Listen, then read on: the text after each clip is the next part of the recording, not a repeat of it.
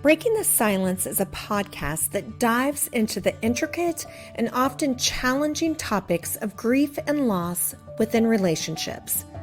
Through insightful discussions, the podcast aims to explore how pain can be transformed into purpose, leading to healing and growth.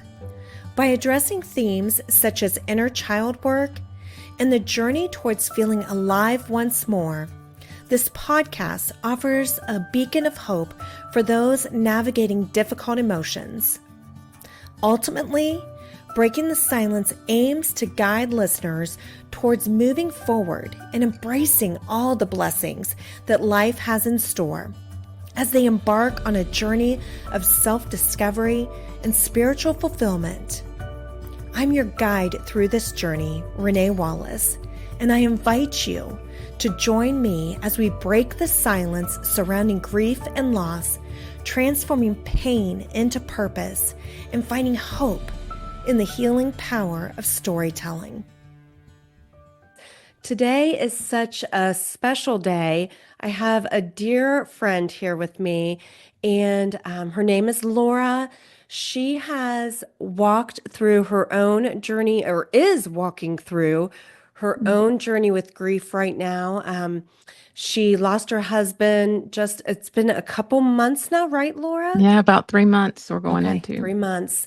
And I'm just so thankful that you agreed to be on here and share your journey of what you're walking through. And with grief and loss, I think it's important to put a voice to it and for people to know that they're not alone in walking through that. So thank you so much for being Yeah. here today. Thank you for having me, Renee. I think Absolutely. it's an honor to be on your podcast. I just love that Mm, you've invited me in and not on the topic though. I I wish it know. was something different. But here we are. And I'm already going to get started, but I will get this together. Taking the title as widow, I didn't expect that. I didn't think that would be something I would take on. We live in that world of we're going to be together forever. Right. And 28 years wasn't long enough. Um, let's go back. I Okay. met Tim. Um, I put an ad in the paper. I had been divorced for 2 years, came out of a very horrible narcissist relationship, finally took the courage to get out of that. Waited about 2 years before I decided, hey, maybe I need to try to meet somebody. And I tried the dating apps. Was not for me. I said no. And so I was sitting there and it was December and I was feeling kind of alone. And I thought, I'm just going to put an ad in our paper here in Atlanta. And it was online back then, AOL. And I put an ad talking about exactly what I was looking for in a man and what I was about. And I remember my last little thing on there, must love dogs. And I was Mm, like, I want somebody that loves animals as much as I do, but also loves God big time. And I had about 3 gentlemen answer. I met one on a Friday night and we knew we were just a great dinner. Nice to meet you. Go about your way. right. But Tim answered and he agreed to meet me on Sunday, January the 5th, at my dad's church. And I was like, oh, that's cool. And he pulled up, and I'll never forget, in the white Yukon. And when he stepped out of that Yukon and walked towards me, I'm like, I just met the man I'm going to be with for the rest of my life. Wow. And it was so real. And I thought, I hope I'm right because I felt it. And when we got in church, just standing there singing with him, holding the hymnal, and he's singing and we're singing together, I just felt such a closeness immensely right then and there. And so we spent the day together. We went up to the mountains. We walked. We talked. We walked, and we just didn't want our day to end. I could feel it. He felt it. And we came back home, and it wasn't until about 11 at my mom's home. And she's like, where have y'all been? She was all panicking, me taking off with this stranger. Right. And of course, I'm a grown woman, but still, moms Mm, worry, no matter what age you are. absolutely. And got home, and we said our goodbyes because, I had to get my daughter the next day from the airport because she had been visiting dad for a Christmas holiday. And Tuesday, he calls me and from there, we knew. And within 2 weeks, he asked me to marry him. Within 3 months, we're married on March 28th, Wow. Good Friday, which we chose that day was such a beautiful thing because I had two anniversaries. He always celebrated Good Friday, and Good Friday falls on different days. And so I was blessed to have two anniversary celebrations. That's just how he was. Life was great. We traveled with our business. And in the beginning, it was just him traveling because I had my daughter at home. That was difficult, but yet I supported him because he was doing what God called him to do. And he was known nationally. He was just that type of guy who had the integrity and the training. Um, and then I figured out a way that we could travel together. And I said, Mm. how about let's travel in an RV and go from place to place training like a band. And he said, Wow. well, that might not be a bad idea. And with his brain, he put it all together. We went to Winnebago, sat down with our plan. They sponsored us for a year in one of their RVs.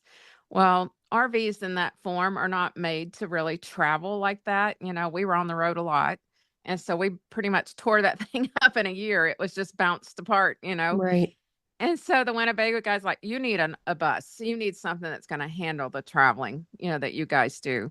So he helped us find one. We transitioned into a bus, which is like a Greyhound bus, and not one of those big fancy things like you walk in because we lived in it. We needed it to be in and out. And my man worked in the woods. So, I mean, I didn't need the white leather and all that kind of stuff in Right. there. So we did that, put many, many miles on that. And then God has some different plans. He said, Laura, you need to stay home and take care of two granddaughters who need you right now.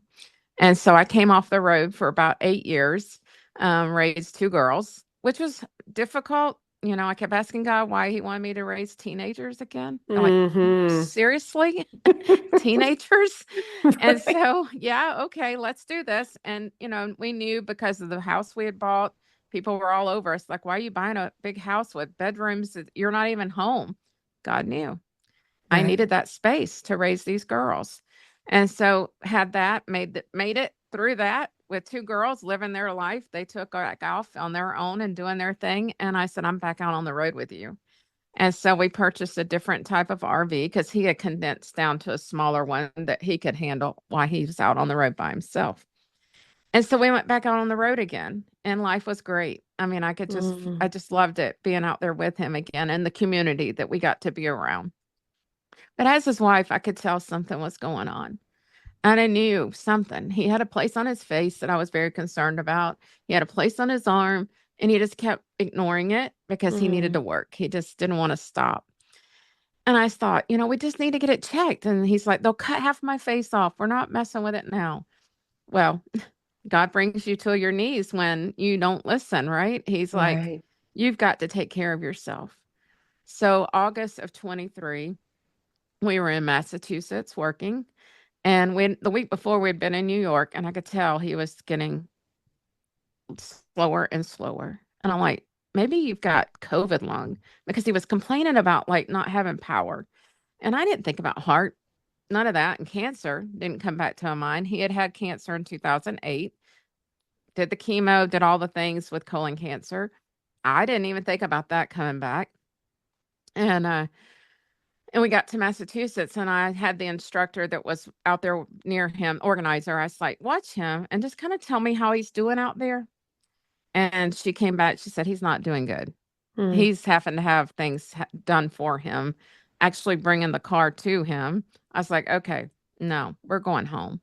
And I'm putting my foot down. Right. Sometimes you have to do that because Right. stubborn men. And I called our doctor. He said he'd meet us on Saturday morning. And that was the Thursday we took off back home. And I drove as far as we could. In one of our places in Pennsylvania, we pulled off to park for the night. Got up the next morning, and I don't know why, but our slide wouldn't go in. And we worked and worked trying to figure out that's on a Saturday, who we're going to get out there to help us put the slide in on the RV. And I Right. told Tim, I said, let's just stop. Let's just sit here and pray because you've done this before. I know you can get this thing in because sometimes they get whopper jaw craziness. And I said, we're going to get this. And so we did. We prayed and he got back up and I got to my part and he got his part and we got it back in. Well, to find out there was a massive wreck on the highway and God knew. He kept us Mm. parked till it was time for us to go. And we sat there for 2 hours in that traffic. And then Tim's like, I need you to drive. I'm done because, that was just too much on him. I said, fine, I'll drive. And I drove till about 6 that afternoon and needed gas. So we pulled off to get the fuel. And he said, I'll drive for about an hour. I feel good. And he was. He was all I felt confident in letting him Right. drive.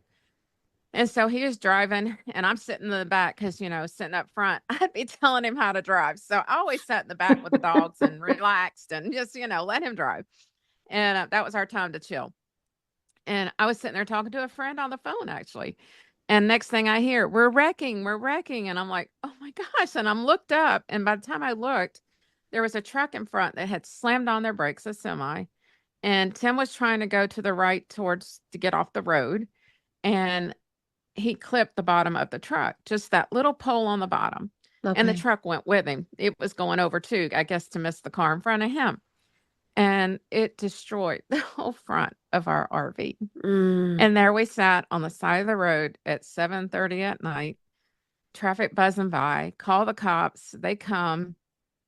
We have to unload 5 dogs, yes, 5 dogs, and get as much as we could out into a Jeep Gladiator. And Tim was trying to take 2 of the dogs to the Jeep.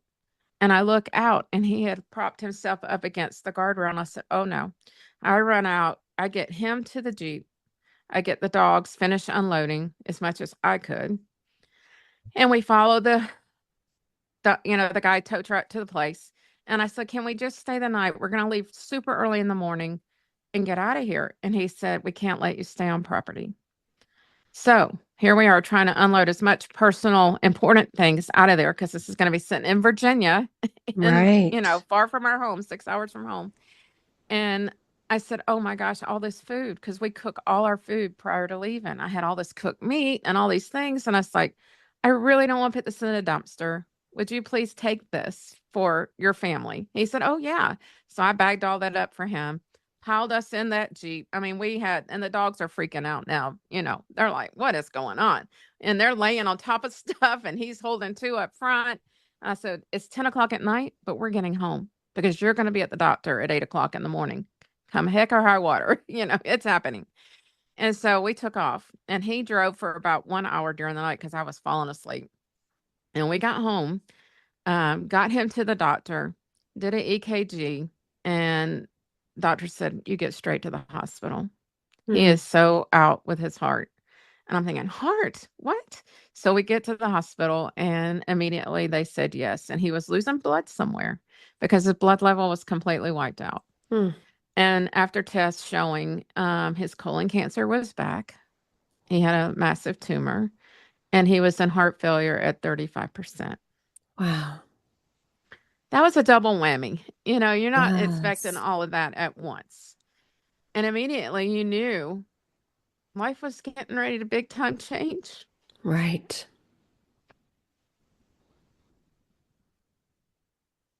Ooh, major pivot. Mm. But he was so strong. And they had to battle back and forth. Like he needed open heart surgery, but they needed to remove the tumor. And they felt the cancer was more prevalent to do first.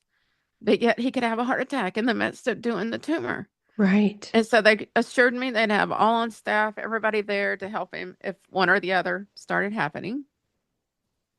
We had excellent, excellent doctors.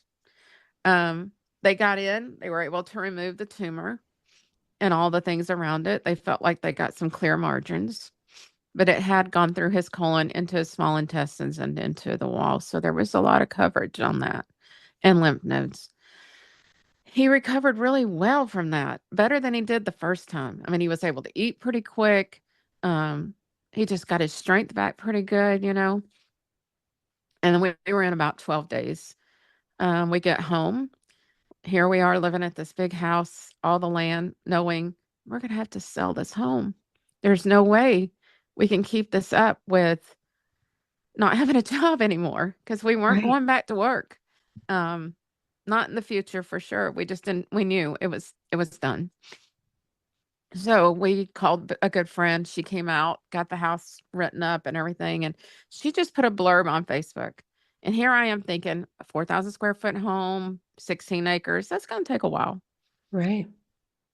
She put a blurb on Facebook. They came out the next day. They bought the house. Wow. I'm like, that happened a little too fast. Now what?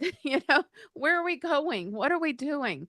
I have a sick husband. How do we do this? Right. And, your community, gosh bless my community, started piling around us and helping and figuring things out and doing an estate sale. And a girl coming from Minnesota to help me go through the things because I had filled that house. Every closet, every room, we had it full. And we had to make some major decisions. Do I need it? Nope. We're going into a 1,100 square foot home. Mm. No, that can't go. The girl that we had sell our home, her husband buys ugly houses and redoes them from the bottom up. And she said, Laura, I've got a house. It's cute. It's just right where y'all need. And it's in a subdivision. I know you've not lived in subdivisions, but you're going to love it. It's an older subdivision. I thought if I don't go look right now, I'm going to make every excuse in the book not to go. Hmm. And so me and Tim, I piled him in the car and we came over and we walked the property and I'm praying, God, is this it? Is this where we go? Because I don't want to be searching and just take anything. And I'm like, yeah, this is it. This is where we belong. And I'm so thankful we made that decision because, ooh, where we might be now if we hadn't. Right. Um, so we did. All that took place. Everything was great. We moved in. They got it done by November. And we closed on both houses on the same day. What a whirlwind. God's Pit crew and other people came in and moved us. I mean, it was just such a blessing to watch these people work around us. When you're not used to receiving like that, you're used to doing. And Hmm. so I had to be very humble and accepting. Um, we got settled, and he kept trying to do online work, videos, training online, selling his programs online. We had 3 guys out there carrying on our program that he had trained, which was a blessing. That gave us some income coming in for us while we settled and figured how we were going to manage everything. I prayed for God to open doors for me to stay home and work so I could be with him. And God did. He Mm. answered that and gave me different, you bury your talents because you feel like you can only focus on one. And I Hmm. focused on our business. I not using mine in ways that God had for me. And so when I opened my heart up to that, God gave those to me and I was able to start using those and make an extra income here so I didn't have to leave him. Right. Now he did fairly well till about December of 24. And I started seeing some things, decline. And I guess it was August of 24. I said, I think we might should think about hospice. I don't like it, but I do understand them and why we Hmm. should have them. And you're not going to be going back to a hospital or wanting any future care in that manner. He did choose not to do chemo, and I respected him for that because I knew what it made for him last time. Right. And he did get his face and his arm taken care of, radiation. And when they did a PET scan, then everything was clear because he didn't want to start that unless it was. Hmm. And then when he did a PET scan again that February after he finished the radiation, that was February 24. Um, he had 2 major tumors back in his stomach.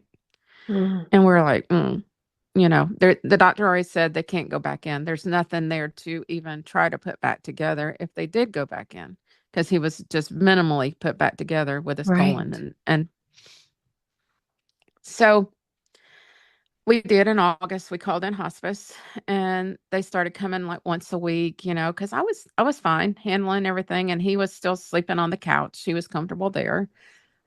She'd ask every time, don't you want a bed? And he just didn't want to say yes to a bed yet. And I respect it again for him. He felt like if he got in that bed, will you get back up? And he didn't want to burden me with more. And I said, hon, this is the part of the sickness and health. Right now we're in the sickness. Mm-hmm. And I'm here. I promised you that. Right. And so I guess it was probably after December, he decided, yeah, I probably need a bed because he needed to get comfortable. He was getting really uncomfortable. Mm-hmm. And we had turned to patches for pain to put on him. And he fought that. He didn't want any medications. Mm. Strong and stubborn in a beautiful way. And we did get the patches and started, about every couple months had to increase those. He was taking morphine pills. And he tried to pull away from those. When he got to 75 on the patches, he pulled off of the morphine because he's like, I don't want all that, Um, watching him not eat and just go into liquid was hard. Right.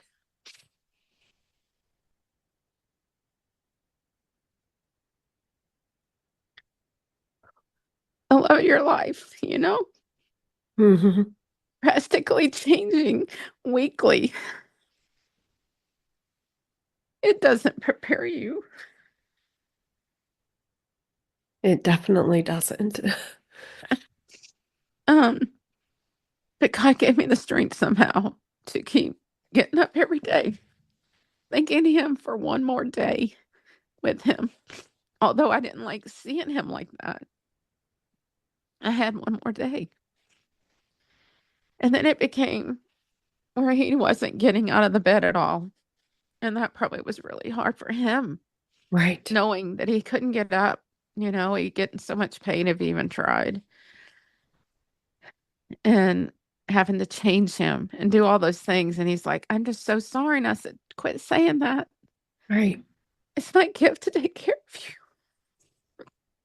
It really does become an honor, right? you.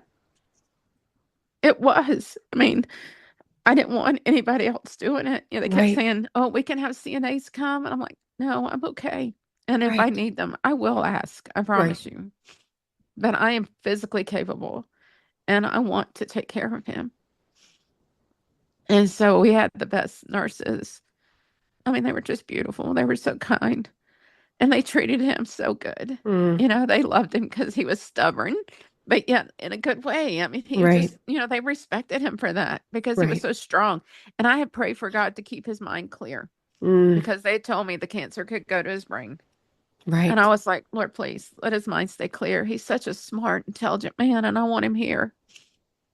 And then that last week, I was like, oh, maybe he doesn't need to know so much right now because that's pretty rough, Right. him to be fully present. And I remember about that Thursday that week, my dad said, I'm going to come see him. I said, yeah, you probably should because I don't think we have maybe hours or a few more, maybe a couple of days, if that. I felt it deep in my bones. And the nurse said, yeah, he's transcending, definitely. And so my dad came and spent some time with him, and they had such a close relationship, just beautiful. Mm. And then that afternoon, my son is a truck driver, and he doesn't usually get into Atlanta till late, but turns around and goes right back to Texas. And for some reason that day, he had gotten in at 5 o'clock that afternoon. And he called me. He said, Mom, do you think I should come home? I said, Hun, no. You go finish. You're going to be home Saturday. And that's when I'm going to need you the most, probably by then. And after we hung up, I sat there a minute. I said, Tim, I said, that was Tony, and he's in Atlanta. Do you think he should come on home? And if you do, wave at me. He started waving. And I was Mm. like, oh no. Okay, he knows. And so I called Tony back. I said, he wants you home. Come on home.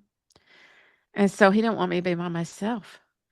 And so Tony got there about 10 o'clock, and Tim was very agitated. He was pulling at things.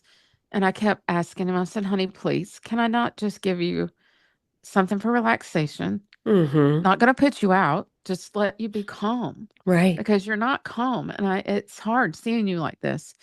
He put his fist up. He said, no. I was like, okay, I I get get, it. I get Woo, the point. that's what I mean. He was fully present. And I was like, golly, okay. So I put some of his music on that I knew he liked to listen to. That was fine for a little bit. And he's like, shut that off. I was like, okay. And then the last thing he was, we had already slid him up in the bed a couple of times because he had wheezed his way back down, pulling at everything. And then I could tell he was starting to struggle to breathe some. And Hmm. that was kind of getting me nervous. And then he looked at me and he said, sit me up. I was like, okay. And so me and Tony sat him up. And as soon as we did, Renee, his face went back, his eyes up. And I said, he's going home. And within minutes, he was home. Wow. And I was like, wow, just so quickly like that. Um, but I knew right then he was with Jesus. He was not in pain anymore. He was not suffering. And I just had a real good peace about it. But also the grief sets in immediately. And then I called the kids, the other ones that were not there. He has two, and my daughter. And a beautiful thing in that, and I know I'm talking a lot, but a beautiful thing You're in that, my fine. daughter was in addiction, and we had not spoken to her for a while. We had every once in a while I had something come from her just to know she was alive. And 3 months ago, she had put herself in rehab, Hmm. and she got to talk to Tim and tell him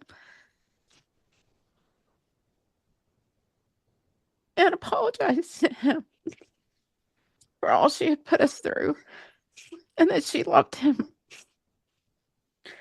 And that was so beautiful to get to know my daughter was taking care of her, but also we had her Hmm. back.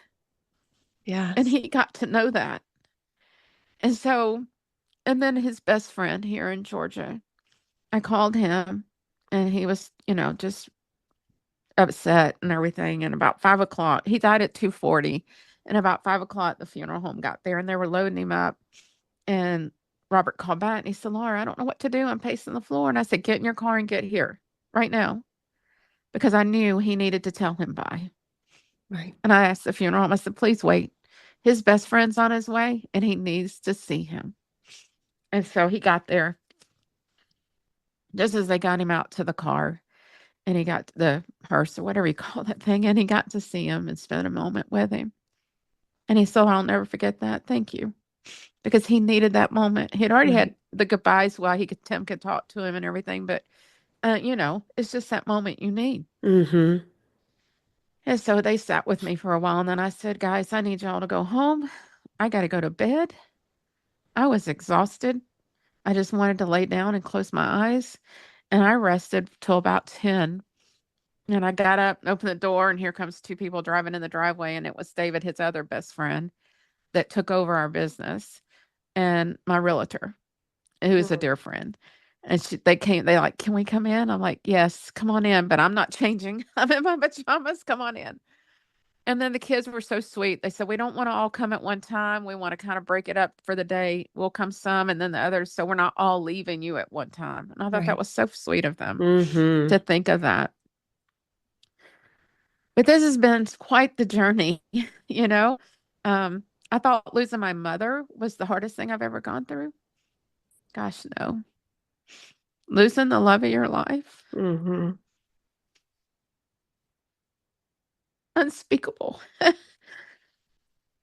But something I learned a couple of weeks ago, we talk about grief and we talk about pain. And I was asked, you're going to have to make a decision about this pain thing because it's weighing you down so heavy. Grief is a beautiful thing. It's part Hmm. of the process. It's because of the love we had Right. that the grief is so deep. The pain I was choosing to carry. Mm. And that's not of God, Renee. Right. God doesn't want us to carry the pain. What does he say? Bring all your burdens to him. Lay it on him. Hmm. So I had to make a decision. Lay that pain down and choose to live. Right. And so I went home and I journaled it and I put grief and I put pain. And I could see such a definition of difference of how grief and all the things that come with that and the pain, how ugly and hard. Hmm. And I said, God, I don't want this pain. I want to live through my grief Mm-hmm. with you at the head of it, right? With you carrying me through that. Yeah, there'll be days where it feels so freaking hard, but yet I get up and I move and I put one foot in front of the other. And Tim's words to me were constant. He's like, Laura, stay strong. Just stay strong. And that was the thing. I carried all that belief of him believing in me more than I believed in myself. And so I had to start believing harder in myself, Right.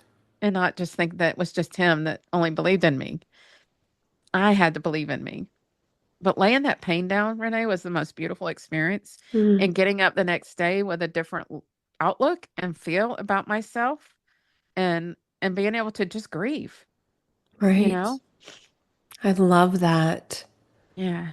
Uh, yeah, and it's so true. Like, we absolutely can experience and walk through grief, and we're meant to because, like you said, Yes. it's the love that we felt for the person. That's why we Mhm. grieve so much.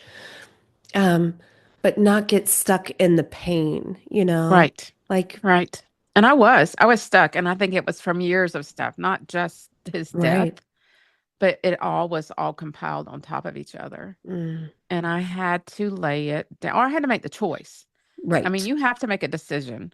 You can't, Absolutely. so I made the decision because I was sick of that. I didn't want that, and it felt just so, so good to know that he took that and Right. fully owned it. And I was able to go back now and just the grief. And yeah, people may think it's the pain. It's not, it's the Mm-mm. grief. And then I think with that in your story, there can be purpose in it, right? And Yeah. he can still, although it feels so unimaginable when you're in the deep, deep part of grief, excuse me, like, but there really can be beauty in the story. And Hmm.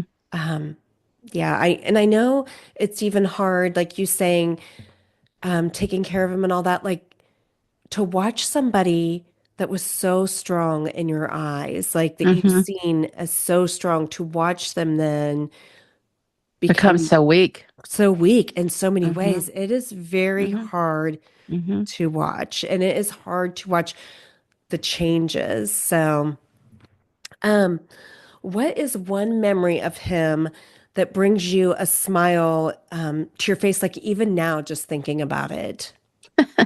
There's so many, but I still go back to the gift that God gave him and being an instructor and getting up in front of people and teaching them about chainsaws.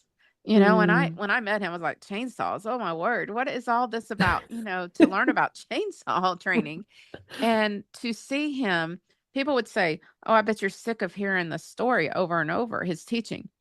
I said, no, because every time I walked in that classroom and watched him teach, it was like the first time. mm, He made it so real every single time. He didn't dread getting up doing that class. He didn't, like, oh, we got to go train again today.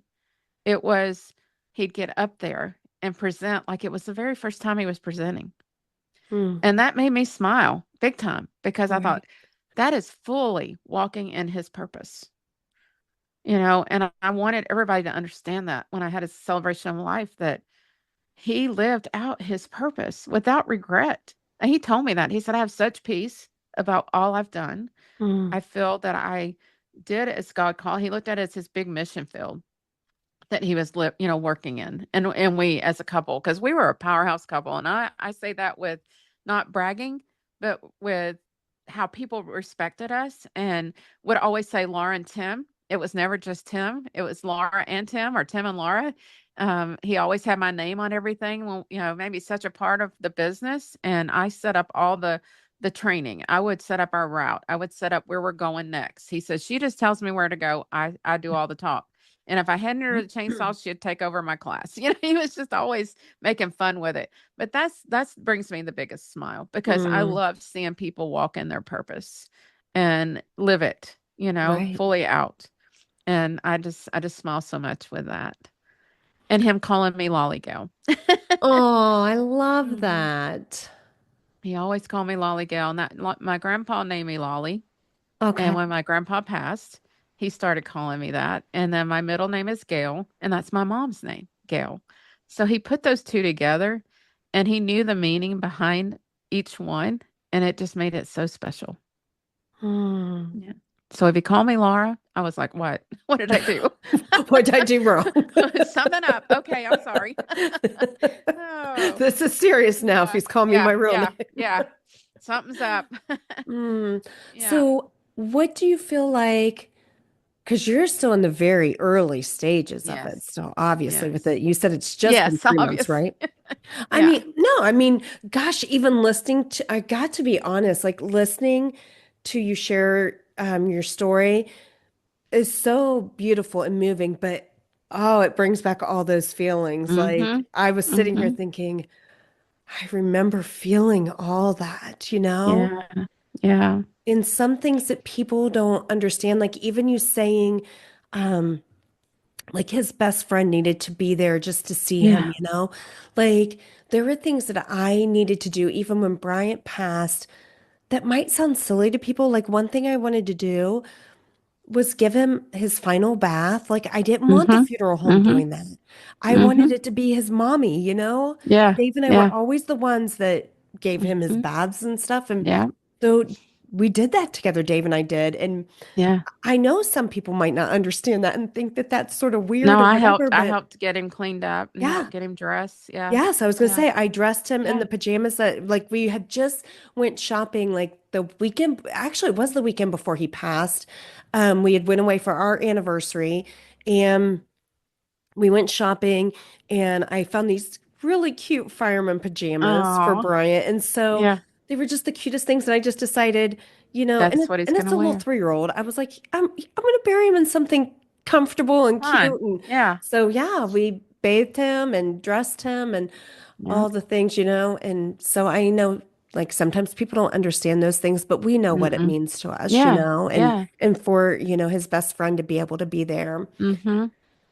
So what does walking through grief spiritually right now look like for you? Is it Oh, really wow. tuning into I God or think a what? lot of times you can see people go further away from God because they're Mm, angry. They have all these mm, feelings of why? Why did you do this? And not that I didn't ask that. We're human. We ask those right. questions. And I want people to know that, I asked, like, Lord, why now? We were in the Yes. prime of our marriage. We were in the prime of our job. And what made you think I could do this by myself? You know, Mm-hmm. and finding a new identity in me because it's always been we. And Right. so it definitely has brought me closer to him in my walk because I am totally depending on him. I'm not depending on this world to get me through this. Right. Because if you do, you're not going to make it. You're going to fail. You're not going to feel Mm, the goodness of what you can feel, even in the hardness of it all. Right. so Um, true. because I can celebrate, even like yesterday, I told you it was a hard day. And I chose to hear his voice. And thank God for all the videos he's done. And I found videos that we had done together. And I sat and listened to those and remembered the gift I was given of having him. Mm, And then thanking God for the time. Not saying why not more time, but thanking him hmm for the time that I had. So turning it around, I can live in anger or I can live in rejoicing of what I had. And then asking Gratitude. God, okay, lead me because I don't know what's next. I'm finding me again. Who am I now as a widow? Which I hate that word. I I do hate too. saying it. I don't like it. I'm like, it's not in my vocabulary. Is there another word we can use? you know, I just don't like even, but I know that I'm here for a purpose now to somehow live out this calling of a widow and finding my voice again. You know, it's so weird. I'm so about finding your voice, and here I am finding my voice again because I was Tim's wife. I was a business owner with Tim. I was all those things, and now it's me and Mm, God. I'm not going to leave that out. Me and God. right. That it So, spiritually increased my leaning on Him and trusting Him. and I think that's beautiful because I think that To try to walk through it without God. Mm-mm. I don't know how people do it. I was just getting ready to say, I do not know how they do it. Mm-mm. That, I would say, really makes my heart grieve for people Mm-hmm. Definitely. And I because, pray for them because I know yes. some, and I have one very close to me who lost her baby. And I Hmm. understand that. I don't mean I don't understand that feeling, but I understand the grief part of losing someone, but yet now she's turned it to anger because, like, Right. why did he take my baby? And Hmm. I'm like, we don't know the answers to that. And we may Right. not ever know the answer. That's the society. Society wants to know the answer. We want to know the Hmm. why. And we're not always going to get that. And so you Right. have to really decide again, make a decision. Are you going to be okay not knowing why yet? If you Right. know the Lord, you're going to know when you get to heaven. He'll tell you all the answers you want. You Right. can ask him then. And then he may show you down the road the why, but you won't know it instantly why. And I just pray that people don't choose the anger and the ugly and the bitter and go to substance or whatever, alcohol. Hmm. Many choose those things thinking it's going to cover the pain. Again, the worldly pain. It's not of Right. God. Oh, yeah. He never intended us to carry all that. And then, Mm-mm. yeah, you absolutely can end up using something to help cope with Mm-hmm. that, which now Mm-hmm. you've just created a whole nother set of Of pain and problems. problems. Yep. And right. I And did I want had to, to be very careful with food because that's what I did. I'd bake cookies and eat cookies all day. It mm, was simple. He wasn't eating, and I didn't feel like really what to eat. So, oh, let's just bake cookies or banana bread or something. And that was my all day eating off of. Did right. that help me? No, So it that did was sort not. of your comfort in a Yeah. way. Yeah.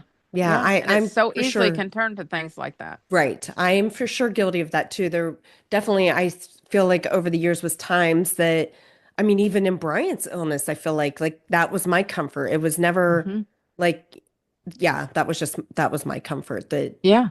I Yeah. would eat my feelings sometimes instead of Hmm. dealing with, working Hmm. through and feeling it and all those things. Yeah. I did want to share one thing that when you were saying it, it made me think of it, um, that I just shared on my Facebook post like last week, and I'm not Hmm. going to read the whole thing, but just this one part. It's a devotional I was reading, and it's called Comforting Others. Hmm. And it says, I believe we go through what we go through to help others go through what we went through. Mm. And Yeah. although we really wrestle with being human, we can wrestle Hmm. with the why. I for sure Hmm. did. Like, why did this have to happen to Bryant? Why at Dave at 51 dying and, Right. me having four kids to finish raising on my own. Of course, there's the Mm. human part of me that wrestled with all the whys. Hmm. And, but I think when we look at that, and if we can see God in the midst of it, then we realize like, we are going through this so that we can walk somebody else through it? Hmm. Hmm. And that's where I think that, yeah, God doesn't give us all the answers for sure, but we can Mm-mm. hold on to that of like just even when Bryant was sick, someone connected with me and I knew of her from church, but wasn't really like friends with her. And we became very close because she had lost her son years before to Mm. cancer. And so then Mm. she was able to come alongside me and walk me Minister to through you. it. And Yeah. then the crazy part about it is, so her son passed, and then 5 years later, her husband passed. Mm-mm. So not only could she walk me through Bryant passing and being there even before he passed, um, and just yeah, be that person that I could like she's like she knew what I was feeling and Mm-hmm. what I was going Mm-hmm. through. And then she could walk me through Dave too. So it was really just the A beauty of godsend. God. Yes, Mm-hmm. God just like Mm-hmm. knowing you need this person to come alongside you and walk you Mm-hmm. through. And so Mm-hmm. now I can also choose to be that person that can walk alongside it with other people? Mm-hmm. Mm-hmm. Yeah, I So, have a friend that I work for, and she lost her husband 5 years ago, I think this year. It's 5. And she called. She sent me a message first, and then she called, said, "Hey, let's go to dinner." And so we did. And she said, I know what you're walking through right this minute, and I just want to be here for you. right. And it was so crazy how that bond of knowing each other, because she could relate, what it did for me, purpose, soulfully, helping me know that I'm okay feeling this way, or, it's okay that I cry at the drop of a hat Right. because of what I had. And, yeah, God has put special people in my life right now that are widows, and being able to speak into me. And I thought, wow, that's so cool, that He gives them that gift to be able to help me through this time. And I do want to be able to do the same, and help others walk through it. Do I like it? No, I don't like it. And I mean, again, that's the human side of us, like, ugh, this is not what I had envisioned. Right. But I God didn't has want bigger this story. plans. Yeah, He has bigger plans, and He has His story, the story that He means for me. So Hmm. again, every day I journal, Lord, whatever it is you have for me, show me how to walk there, how to get there with you guiding me. Because this self, this person, this body doesn't know how without you. Mm.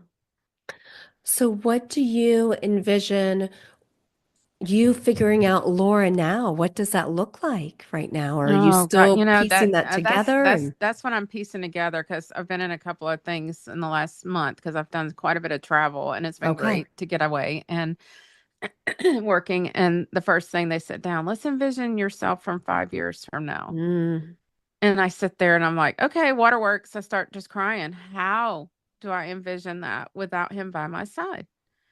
And how do I picture that? I mean, I just like I can't even write. I right. was like, okay, God, you're gonna have to work on that, because I'm struggling to put it pen to paper, and Mm, writing out my future feelings, or how I'd like to see my future look. Um, I do seriously want to build a community here in my community of women in this age bracket, of finding who they are again once a spouse passes away, hmm. or maybe a loved one. It doesn't necessarily have to be the spouse. I Right. mean, like you had to find yourself again after your son's passing. That had to be awful, and Hmm. learning how to adapt with him not around and all the things. And so just ways of that, I see that coming. I can feel it. Um, and then helping and coaching women through that, is just where my heart is. And, finding the voice has been the biggest impact in me, and finding your voice Mm, and using it, how God has set you to use it, not hiding behind it, no matter whatever you've gone through. I love And that. that's why I've stayed present on Facebook and Instagram, and, just showing the real of what I'm going through right now. I want people to see it's not all rosy, but yet there is good too. I mean, I am smiling, and I am enjoying some parts of my life as I find it. And I think that that is so beautiful because I think that so many people, at least I found this when I was very open and vulnerable with my journey with grief, that people would message me and tell me, you know, a lot of people suffer in silence, I feel like. Oh, so much, because they're afraid to share how they truly feel. Yes. That they're that somebody's going to say something, and maybe somebody does, but that's Right, okay. They're not right, meant for you. right. God will take care of that. Absolutely. I mean, the community, again, like I said, Renee, has been amazing. I am so thankful for every person who's called and prayed over me. Right at the moment, you're like, wow, I needed that, God, right then. Mm-hmm. And He just touched their heart to call them and do. Samaritan's Purse, what a blessing they've been. We've worked Oh. with them, and that was one of Tim's bucket list people to train and work with. Mm. And God opened those doors, and it was just so cool getting to be a part of their journey of training. And they have reached out weekly. How can we pray for you this week? How can we pray for Tim when he was going through it? They had a prayer thing on Fridays, and all general prayer thing, and they would want specifics. We're going to pray specifically for him today on that. And then after he passed, there's still, I get messages weekly. I'm praying for you on this. And I'm like, that is what carries me through those prayers. And the gifts, of course, all the beautiful gifts that were sent, flowers and meals and just books and different little things. Mm. It's just been so touching. And I want to repay that to whoever is suffering and going through it. I mean, I had a dear friend here, weeks later, her husband passed. And I just immediately sent her a message. You don't have to talk back. I just want you to know. Mm-hmm. And then I reach out weekly to her. It's just a little thing that you can do to impact their life in some way, to know that God is with them. They're not alone. Absolutely. Um, what is one thing that you would say gives you hope right now? That's a good question. Knowing that God has still given me breath in my lungs Mm, and that I have lots more to talk about. I have a lot more to share that and when God gives you that purpose, um my hope is in him that mm. I continue on as long as he wants me to. I love that. Yeah. And he's as hard as it is. Yeah. And there are days that it is really hard. Mhm. Mhm. Yeah, I tell people I could stay in this little house and not go out and just wither away. But is that what God wants? Right. No, I And know I better. and I think that because you know that, Mhm. I think that is what helps us to move forward. Um, Mhm. I can remember even like when Bryant passed, there was very much a part of me that felt like, gosh, I would love to just crawl in my closet and Mhm. never come out again, you know? Mhm. But I looked around at these beautiful kids that God trusted me with and trusted to me and thought, as much as my heart aches for my baby, I've Mhm. got all these other kids that need their That mama, needs you you. know? Yeah. And so I knew, like, and with God's strength, that I knew that I had to move forward, right? And however that looked, it didn't mean you Right. had to be perfect. See, Oh, so many people wait behind because they think they got to look a certain way or feel a certain way before they can move forward. And I remember my dad, when my mom passed, he's like, I want 2 weeks. I don't want anybody calling me. I don't want anybody coming. And I was like, as long as you're not going to do something stupid, okay. right, right. Because I didn't see him at that like that, but I still had to say that. I was like, okay. But he needed those 2 weeks to just breathe on his own and ground himself. Mm-hmm. And then once he did, he was ready. He was ready to move forward. Okay. I think sometimes we just try to move forward maybe too fast and Mm-hmm. then we stack all the stuff down inside of us and then it pops up and then you don't know how to deal with it because you didn't process it. I told Right, the kids, I said, don't get mad at me, but I probably will move pretty fast and moving things around in this house because I have to. right. I'm in here. I see it every day. I'm going to have to do some things. And so I did. I got his clothes. I got them all handed out. I got them, gone. And I still have a few things, but you know what I mean? I'm just Right, moving faster than some. Like we right. just did an estate sale this week, and the poor gentleman lost his wife 2 years ago. He had not touched a thing. Clothes Mm. all still hanging in the closet. And I know everybody's grief is different. I'm not Right. saying anything bad about him, but that's just showing how everybody's grief is different. I Mm-hmm. thought, wow, how has he done that every day walking in that closet? Her clothes still there, his clothes there. That kills me. you know, I'm like, I had to empty the dresser, I had to empty the closet. I couldn't take that walking in and seeing that there.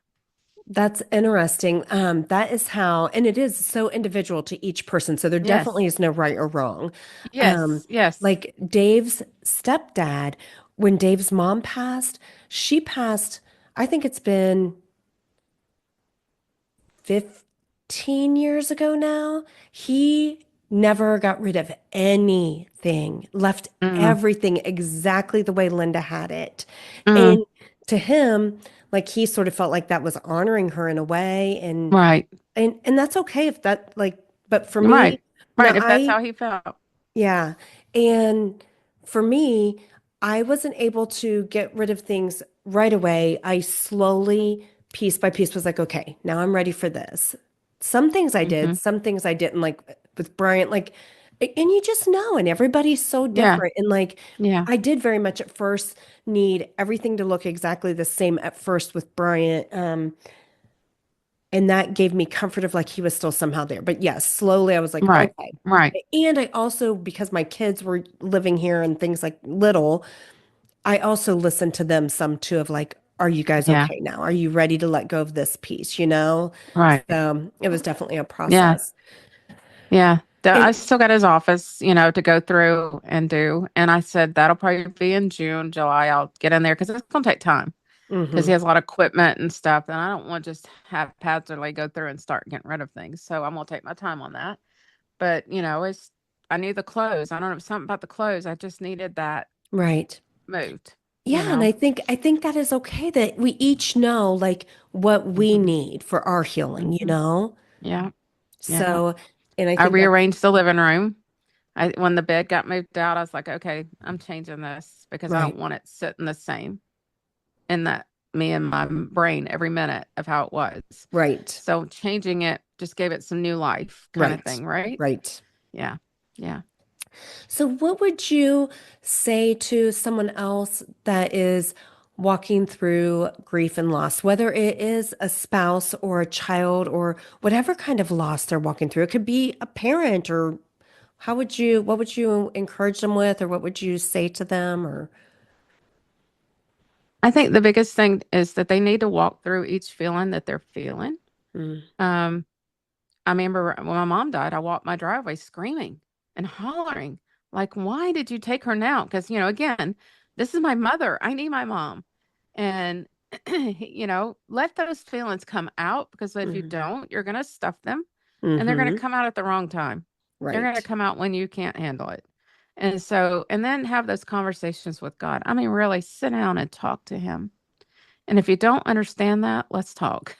I want to lead you to that because sitting down and having those conversations with Him and getting one on one with Him will help you understand your next move and how you're going to move forward and how you're going to do the next thing and how you're going to see people. I mean, there's people I hadn't seen yet. And when I see them, I bawl because all those connections we had as a couple with them, all comes up and you have to walk through that.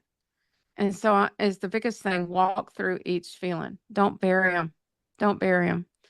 It's beautiful. It's ugly, but it's what we have to do. mm-hmm, Live, live. God's got you here still for a reason.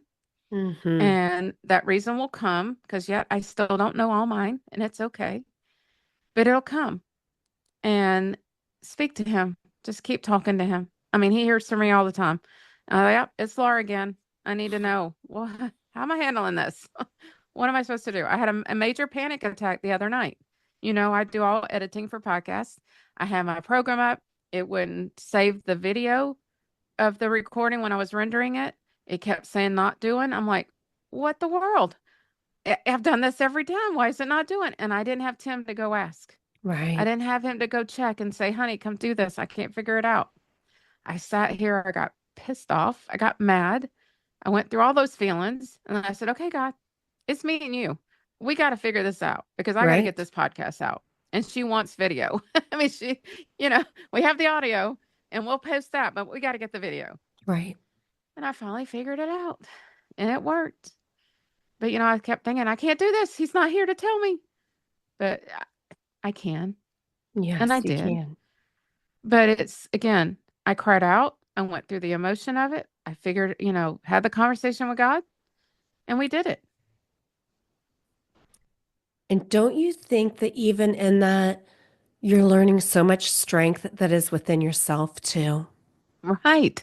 Because again, we don't believe totally in ourselves when we put Mm-hmm. all ourself into someone else and working that, Mm-hmm. scenario. And he kept saying, and that's something I kept saying in my head. He said, stay strong, stay strong. And this is where I need to be really strong, is right here in this minute. And so, yeah, he showed me you can do this. Mm-hmm. And I don't know, I'll tell one more little thing because I know we're getting over some time here, but I don't know if you believe in things happening and them showing their presence to you. Mm-hmm. And it was the day of his celebration of life. And Renee, I had the date already in my head because I knew he wasn't going to make it much longer. So I had March 15th. I knew that was the day we were going to celebrate his life. I told him, I asked him what he wanted. And then I said, well, this is what the Lord laid on my heart. We had it at the hangar where he learned to fly. And it was so beautiful.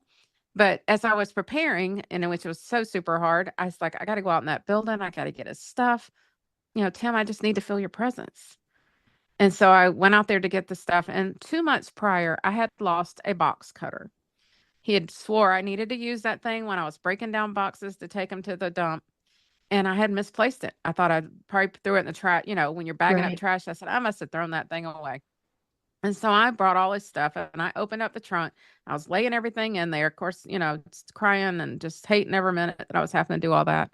And I look over to the side and where the trunk closes on this corner there laid that box cutter. Now Mm. that trunk could not close with that box cutter there.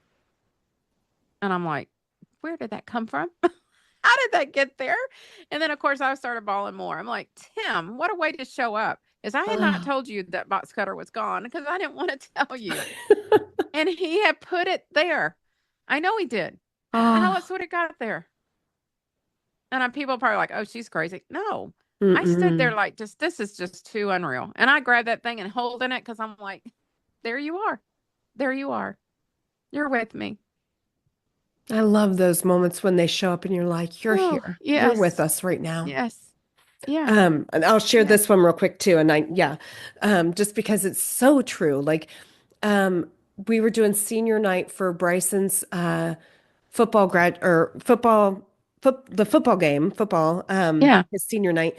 Anyways, and of course, all the emotions of Dave not being Yeah. there for that, and of course my son wanting his dad there and we Hmm. look up and all of a sudden there is a rainbow above us and we're just like, thank you, Dave. There he is. There he is. Yeah. He is with us. And it's Yeah. actually in the picture. We got a picture of it. Oh, that's And, so good. he was right there with us. Yeah. So, Yeah. yes, I Beautiful. completely agree with that. That's beautiful.